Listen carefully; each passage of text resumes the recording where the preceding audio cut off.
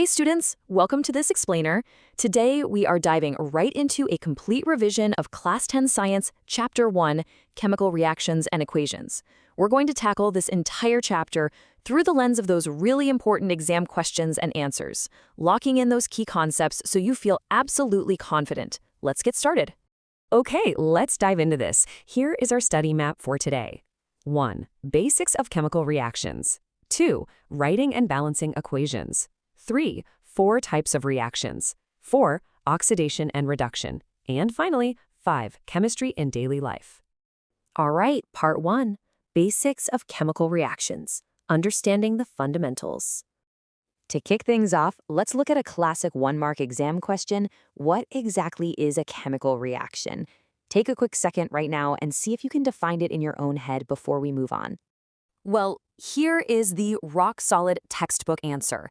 A chemical reaction is a process in which one or more substances change into new substances with different properties. The absolute crucial takeaway here is that you're creating new substances with entirely different properties from what you originally started with.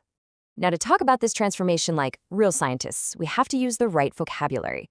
Our reactants are the substances that take part in the reaction, basically the ingredients you start with. Through the reaction, they become products, which are the brand new substances formed at the end. It's a really clear before and after distinction. If a 2-mark question pops up asking for the signs of a chemical reaction, you're going to want to list these 5 key physical clues: a change in color, a change in temperature, the evolution of a gas, a change in state, or the formation of a precipitate. And remember, a precipitate is really just an insoluble solid that suddenly appears in a liquid solution. Moving right along to Section 2, Writing and Balancing Equations, the Language of Chemistry. Before we write a single thing down, we absolutely must respect the ultimate rule of science. And this is a super common 1-mark question, by the way. The law of conservation of mass. Matter can neither be created nor destroyed during a chemical reaction. Whatever mass of reactants we start with, we must end up with that exact same mass in our products. No magic tricks, no disappearing atoms. So, the crucial point is, if your exam asks why we must balance equations, here is your 2-mark answer. It's literally the only way to satisfy that vital law of conservation of mass. The number of atoms of each individual element has to be exactly equal on both the reactant side and the product side. Okay, Section 3. 4 types of reactions, how elements interact. Explaining these specific types will usually fall under your 3-mark questions. First up is the combination reaction. It's exactly what it sounds like. 2 or more substances combine to form a single product. For instance, think of magnesium combining directly with oxygen gas to form a single brand new product, magnesium oxide. 2 things become 1. Next is the decomposition reaction, which is the exact opposite. Here, a single compound breaks apart into 2 or more simpler substances. We start with water, H2O, and it decomposes, literally splitting apart into simpler hydrogen gas and oxygen gas. 1 thing breaks into 2. Our third category is the displacement reaction, and this is where chemistry gets a bit competitive. A more reactive element displaces a less reactive element from its compound. Here, highly reactive zinc comes in, boldly kicks out the less reactive copper, and takes its place to form zinc sulfate, leaving the copper all by itself. Let's move to and see how this builds into our 4th type, the double displacement reaction. Instead of just one element stepping in, this is a mutual exchange of ions between 2 compounds. They basically swap partners. Barium chloride and sodium sulfate mix. The barium pairs with sulfate and the sodium pairs with chlorine. A huge detail to remember for your exams here is that the barium sulfate formed is a white precipitate. Section 4. Oxidation and Reduction, the chemical exchange. And this brilliantly illustrates a guaranteed 2-mark exam question. Let's lock in these definitions. Oxidation is the addition of oxygen or the removal of hydrogen from a substance. Reduction is the exact mirror image, the removal of oxygen or the addition of hydrogen. Honestly, just memorize one, and you automatically know the other by reversing it.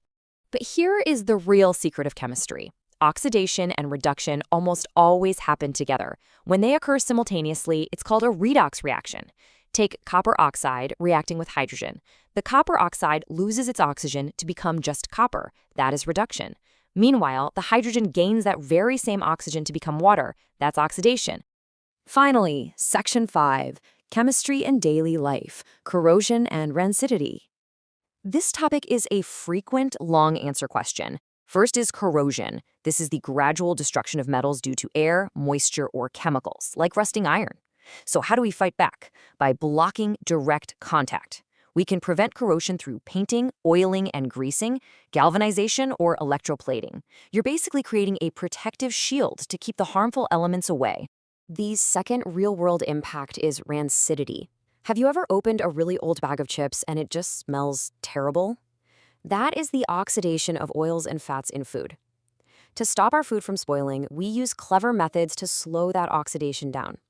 Storing things in airtight containers, using refrigeration, packing chip bags with nitrogen gas, and keeping food away from direct sunlight.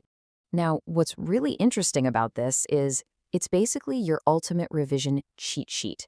These are the most critical equations from this entire chapter, organized perfectly by reaction type. You've got your combinations, decomposition, displacement, double displacement, and a classic redox reaction. I highly encourage you to lock these into your memory. Recognizing the type of reaction just by looking at the equation is an absolute superpower for your exams. Well, guys, we have covered a ton of ground today. From basic definitions to complex double displacements and the daily impacts of oxidation. I want to leave you with this provocative thought. Now that you understand the rules of the chemical world, where will you spot these reactions happening around you today? Huge congratulations on completing this Chapter 1 revision. Practice these questions, review those equations, and I wish you the absolute best on your examinations.